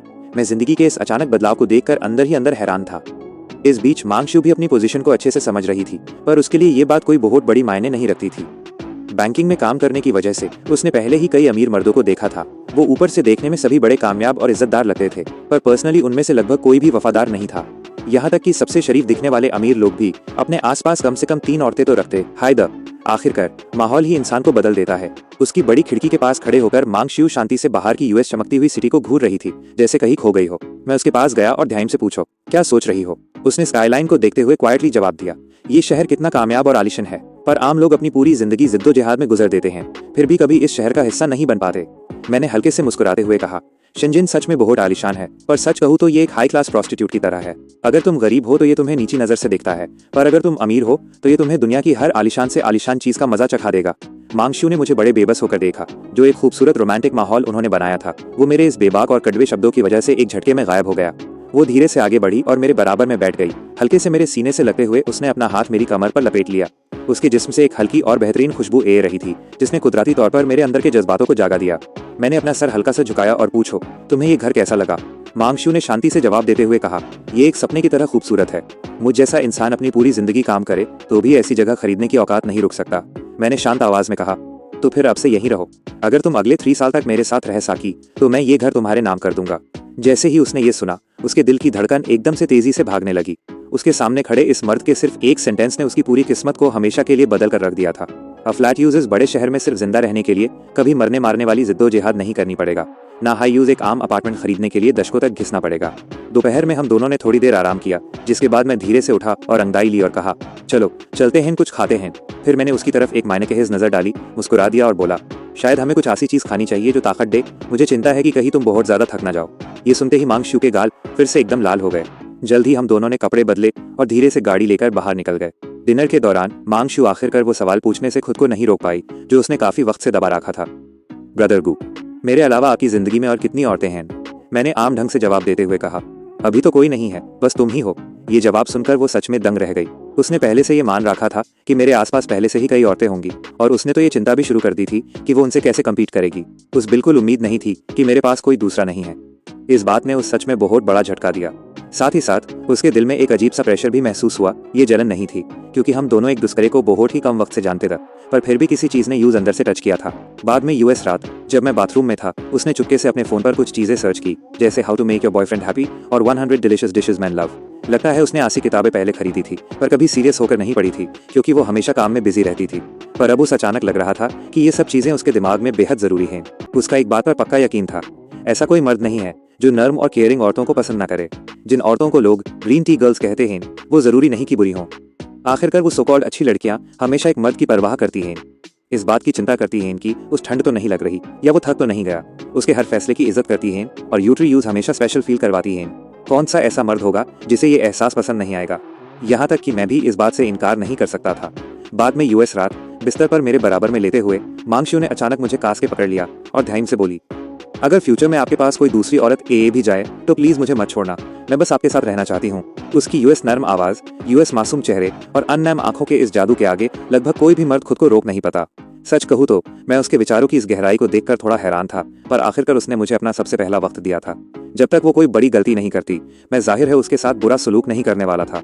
मैंने हल्के से उसके बालों को छुआ और शांति से कहा, जब तक तुम बात मानोगी और कोई गलती नहीं करोगी, मैं तुम्हें नहीं छोड़ूंगा। ये सुनते ही उसके चेहरे पर एक प्यारी सी मुस्कान आ गई और उसने मुझे और कास के गले लगा लिया।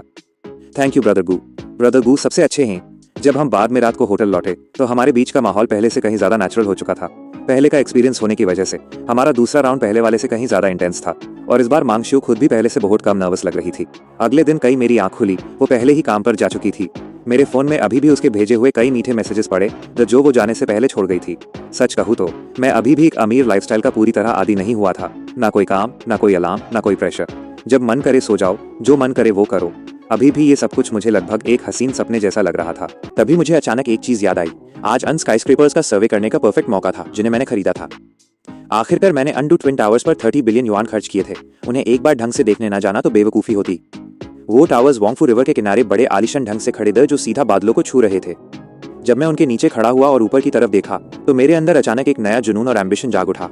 धीरे धीरे अनविशाल बिल्डिंग्स के अंदर घूमते हुए, उनके लेआउट्स और डिजाइन्स को देखते हुए मेरे दिमाग में फ्यूचर के बड़े प्लान्स बनने शुरू हो गए। मैंने धीरे धीरे अन ट्विन टावर्स लिए एक पूरा स्ट्रक्चर अपने दिमाग में तय कर लिया।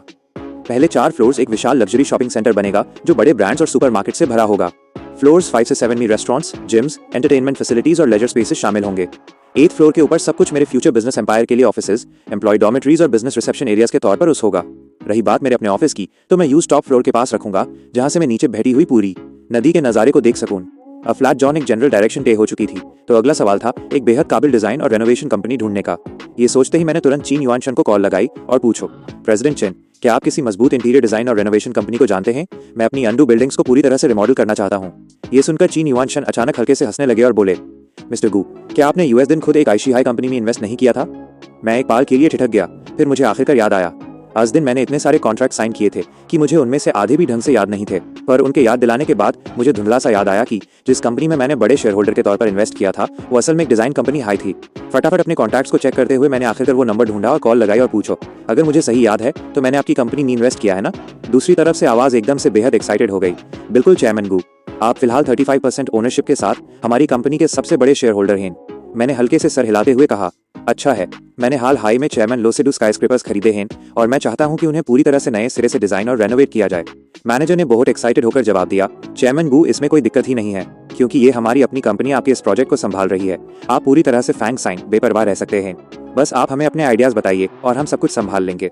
मैंने शांति से कहा, पहले अपनी सबसे बेहतरीन टीम को भेजो जो अन बिल्डिंग्स का सर्वे करे, उसके बाद मैं अपने सारे कॉन्सेप्ट्स और रिक्वायरमेंट्स उन्हें समझा दूंगा। मैनेजर बोला, चेयरमैन गू, आप बिल्कुल चिंता मत कीजिए, मैं पर्सनली कंपनी के सबसे बेहतरीन डिजाइनर्स और इंजीनियर्स को आपके प्रोजेक्ट के लिए अरेंज करूंगा। मैंने कहा, ठीक है, तुम्हारी इस मेहनत के लिए शुक्रिया। रेनोवेशन का मामला हल करने के बाद मैंने आखिरकार थोड़ा सुकून की सांस ली। मैं काफी वक्त से लगातार बिजी था, जिसके चलते मैं मेंटली काफी थक चुका था। इसीलिए मैंने सीधा लिंग जन को कॉल लगाई और उस बारबेक्यू के लिए बाहर बुलाया। जैसे ही उसने फोन उठाया वो तुरंत गाली देने लगा, साले, तेरा बाप अभी भी काम पर बैठा है। मैंने हेस्ट हुए जवाब दिया, ज्यादा नाटक मत कर, काम बैंड कर और सीधा पुराने बारबेक्यू वाले ठिकाने पर पहुंच। मैं वहां तेरा इंतजार कर रहा हूं। जब मैं ड्राइव करके वहां पहुंचा तो दोपहर के 5 बज चुके थे और गिटहब तक मैं ढंग से बारबेक्यू शॉप पर सेटल हुआ। तब तक लगभग 7 बजने को आए थे। कुछ 10 मिनट बाद लिंगजान धीरे धीरे अपने छोटे से इलेक्ट्रिक स्कूटर पर वहां पहुंचा। बैठे ही उसने आम ढंग से मेरी तरफ एक सिगरेट उछली और बोला, भाई, मान गए, अमीर होने के बाद तू सच में बदल गया है। अब फ्लैट तो तेरे साथ बारबेक्यू सेटअप भी आलीशान लगता है। मैंने मुस्कुराते हुए जवाब दिया, अमीर कहना सही शब्द नहीं होगा, बस अब थोड़े पैसे हैं मेरे पास। फिर मैंने आम ढंग से बात आगे बढ़ाई, तू अपना सारा कर्ज चुका चुका है ना? पर जिंदगी में ऐसी बहुत सी जगह होती हैं जहां पैसा पानी की तरह बह जाता है। अगर तू ढंग से बचा कर रखेगा, धीरे धीरे एक घर और गाड़ी खरीदेगा तो तेरी जिंदगी धीरे धीरे बेहतर हो जाएगी। लिंगजैन ने बेबस होकर ठंडी आह भरते हुए कहा, भाई, अगर मेरे पास पैसा होता तो मैं भी पक्का घर और गाड़ी खरीद लेता, पर अगर पैसा काफी ना हो तो उस ढंग से बचा कर रखना चाहिए और बिना बात के खर्च नहीं करना चाहिए। आजकल पैसा कमाना बहुत मुश्किल है। मैंने आम ढंग से हाथ हिलाते हुए कहा, चिल कर, मैंने काफी बिटकॉइन बेचे हैं। मैंने पहले ही बहुत सारे घर और गाड़ियां खरीद ली हैं और उसके बाद भी मेरे पास काफी सेविंग्स बची हैं। ये सुनकर वो लगभग खांसते खांसते बचा और बोला, तेरी तो साले ट्यून यूएस वक्त कितने बिटकॉइन खरीद रखे थे? मैंने हेस्ट हुए कहा, खुद अंदाजा लगा। लिंगजान ने इमोशनली आह भरते हुए कहा, सच में यार, तेरी जिंदगी तो एक ही रात में पूरी पलट गई। घर, गाड़ी, पैसा, अब तो बस एक बीवी की कमी है और तेरी जिंदगी पूरी तरह परफेक्ट हो जाएगी। ये सुनते ही मैंने तुरंत नाक भौवे सिकोड़ी और कहा, शादी? भाड़ में जाए शादी। लिंगजान कंफ्यूज होकर बोला, क्या हुआ? तू सच में जिंदगी में कभी शादी न करने का प्लान बना रहा है क्या? मैंने बीर का एक घुट लेते हुए जवाब दिया, सच कहूँ तो इस बात के काफी चांसेस हैं कि मैं इस लाइफ टाइम में कभी शादी नहीं करूंगा। लिंगजान ने पूछो, ऐसा क्या हो गया? क्या किसी टॉक्सिक लड़की ने तेरा दिल तोड़ दिया? मैंने सर हिलाते हुए कहा, नहीं, मुझे बस लगता है कि आजकल के दौरान में शादी करना बहुत ज्यादा मुश्किल है। जरा समाज को देख। इसके अलावा मुझे शादी की जरूरत ही क्या है? ए फ्लैट, मेरे पास पैसा है। अगर मुझे साथ चाहिए तो मैं कुछ लवर्स रख सकता हूँ या किसी एक को लॉन्ग टर्म पार्टनर बनाकर रख सकता हूँ। नो मैरिज मतलब कोई उलझी हुई जिम्मेदारियां नहीं, कोई खत्म ना होने वाला स्ट्रेस नहीं। क्या ये सबसे आसान रास्ता नहीं है? लिंगजान जोर से हेस्ट हुए बोला, बात तो सही है साले, जब शादी का खर्चा एक गर्लफ्रेंड रखने से कहीं ज्यादा हो जाए और बदले में इमोशनल सुकून भी कम मिले तो कौन बेवकूफ शादी करना चाहेगा? फिर उसने अचानक मेरी तरफ एक शक भरी नजर से देखा और पूछो, रुक, मुझे ये मत बताना कि तू पहले ही शुरू कर चुका है। मैंने आम ढंग से सर हिलाते हुए कहा, हाँ, एक है। लिंगजान बोला, तेरी तो तू बहुत तेज निकला रही। हम दोनों के बीच का रिश्ता इतना गहरा था कि हमारे बीच अब कोई राज नहीं बचा था सिवाय यूएस सिस्टम के। फिर उसने अचानक पूछो, तो अब तेरा क्या करने का प्लान है? तू अपनी नौकरी तो छोड़ ही चुका है ना? मैंने कहा, हाँ। वो बोला, तो फिर क्या, तू सच में अब कभी काम ना करने का प्लान बना रहा है? मैंने हल्के से हेस्ट हुए कहा, मैं काम करूं या ना करूं अब इससे कोई फर्क नहीं पड़ता। अगर मैं अपनी बाकी बची जिंदगी में बिना सोचे समझे भी खर्च करूं तो भी मैं अपना सारा पैसा खत्म नहीं कर पाऊंगा। लिंगजैन ने ड्रामा करते हुए आ भरते हुए कहा, मुझे तो जलन हो रही है यार। उधर मुझे हर दिन एक कुत्ते की तरह काम करना पड़ता है। मैंने मुस्कुराते हुए पूछो, चाहता है मैं तेरी थोड़ी मदद स्पॉन्सर कर दूं? पर उसने तुरंत अपना सर हिलाकर माना कर दिया, नहीं भाई, मैं धीरे धीरे खुद काम करना पसंद करूंगा। वैसे भी मैं अभी किसी को डेट नहीं कर रहा हूं तो मुझे कोई जल्दी नहीं है। अगर किसी दिन मैं सच में जिंदा न रह पाया तो मैं तुझसे मदद मांग लूंगा। मैंने गंभीरतापूर्वक सर हिलाते हुए कहा, जब भी तू कहेगा मैं पक्का तेरी मदद करूंगा। फिर उस अचानक कुछ याद आया, ओ हाँ, जो 220,000 युआन ट्यून मुझे दिए थे उनमें से मेरे पास अभी भी 30 या 40,000 बचे हैं। मैं उन्हें तुझे वापस ट्रांसफर कर देता हूँ। मैंने हेस्ट हुए कहा, अपने पास ही रख, अपने लिए कुछ खरीद लेना। लिंगजान ने तुरंत मुस्कुराते हुए कहा, तो फिर मैं ज्यादा शरीफ नहीं बनूंगा। मैंने आंखें घूमते हुए कहा, हमारे रिश्ते में शरीफ बनने का क्या फायदा? बारबेक्यू खत्म करने के बाद हम दोनों रोड के किनारे खड़े होकर थोड़ी देर और बातें करते रहे। लिंगजन मेरी फेरारी को पूरी हसरत से घूर रहा था और बोला, तेरी तो तू अब सीधा फेरारी चला रहा है। मैंने आम ढंग से मुस्कुराते हुए पूछो, बुरा नहीं है ना, क्या मैं तुम्हें ड्रॉप कर दूं? पर उसने तुरंत हाथ हिलाकर माना कर दिया, छोड़ यार, मेरा ये छोटा स्कूटर ही मेरे लिए परफेक्ट है। जल्द ही उसके लिए एक टैक्सी आ गई और वो वहां से निकल गया। उसके थोड़ी देर बाद वो नाइट लाइफ कंसल्टेंट भी वहां पहुंच गया जिससे मैंने पहले कांटेक्ट किया था, और उसने पूछो, हेलो मिस्टर गू, आज रात आप कहाँ जाना पसंद करेंगे? मैंने यूएस चमकती हुई सिटी की तरफ देखते हुए मुस्कुराकर कहा, मुझे XXO बार ले चलो। XXO बार शेंजेन का एक बेहद हाई प्रीमियम और शोर शराबे से भरा क्लब था। जैसे ही हम अंदर दाखिल हुए, तेज बास और धूम धमक ने पूरे माहौल को घेर लिया। नियॉन लाइट्स हर तरफ चमक रही थी और वहां मौजूद लोग पूरी तरह से म्यूजिक के नशा में डूबे हुए थे। नाइट लाइफ कंसल्टेंट मुझे सीधा एक आलिशान VIP बूथ पर ले गया जो पूरे क्लब के सबसे बेहतरीन स्पॉट पर था, जहां से पूरा डांस फ्लोर और DJ कंसोल साफ नजर ए रहा था। बैठे ही मैंने आम ढंग से कहा, यहाँ की सबसे बेहतरीन शैंपेन और ड्रिंक्स ले आओ। कंसल्टेंट ने बड़े अदब से सर हिलाया और तुरंत ऑर्डर प्लेस करने निकल गया। कुछ ही देर में हमारी टेबल पर महंगी ड्रिंक्स की एक लंबी लाइन लग गई। ऐसे प्रीमियम क्लब्स में जब कोई VIP बूथ पर इतना बड़ा खर्चा करता है तो आसपास की नजरें अपने आप US तरफ घूम जाती हैं। कई लड़कियां जो वहां घूम रही थी उन्होंने मेरी टेबल पर महंगी ड्रिंक्स को देखकर आपस में कानाफूसी शुरू कर दी। उन्हें समझते देर नहीं लगी कि इस बूथ पर कोई बहुत हाई अमीर यंग मास्टर बैठा है। जल्द ही 2-3 खूबसूरत लड़कियां ध्यान से मुस्कुराती हुई मेरी टेबल के पास आई और उनमें से एक ने आगे बढ़कर बड़े नरम ढंग से पूछो, हैंडसम, क्या हम यहाँ आपके साथ बैठ सकते हैं? मैंने उन्हें ऊपर से नीचे तक देखा और हल्के से मुस्कुराकर हाथ से बैठने का इशारा किया। वो तुरंत खुश होकर मेरे बराबर में बैठ गई और मेरे लिए ड्रिंक पूर करने लगी। वो बातें करने में काफी माहिर थी और मुझे स्पेशल फील करवाने का कोई मौका नहीं छोड़ रही थी। उनके साथ ड्रिंक्स पीते और बातें करते हुए मुझे पहली बार इस मनी पावर का एक अलग ही नशा महसूस हो रहा था। वो लड़कियां लगातार मुझसे दोस्ती बढ़ाने की कोशिश कर रही थी और अपना कॉन्टैक्ट नंबर शेयर करने के लिए बेचैन थी, पर मेरे दिमाग में अभी भी मांगशू का वो मासूम और ओबीडियंट चेहरा घूम रहा था। हालांकि ये लड़कियां देखने में काफी अट्रैक्टिव थी, पर इनमें वो बात नहीं थी जो मुझे लॉन्ग टर्म के लिए मुतासिर कर सके। कुछ घंटे वहां मजा करने और लगभग 1 लाख युआन का बिल चुकाने के बाद मैं अन लड़कियों को वही छोड़कर धीरे से उठा और क्लब से बाहर निकल गया।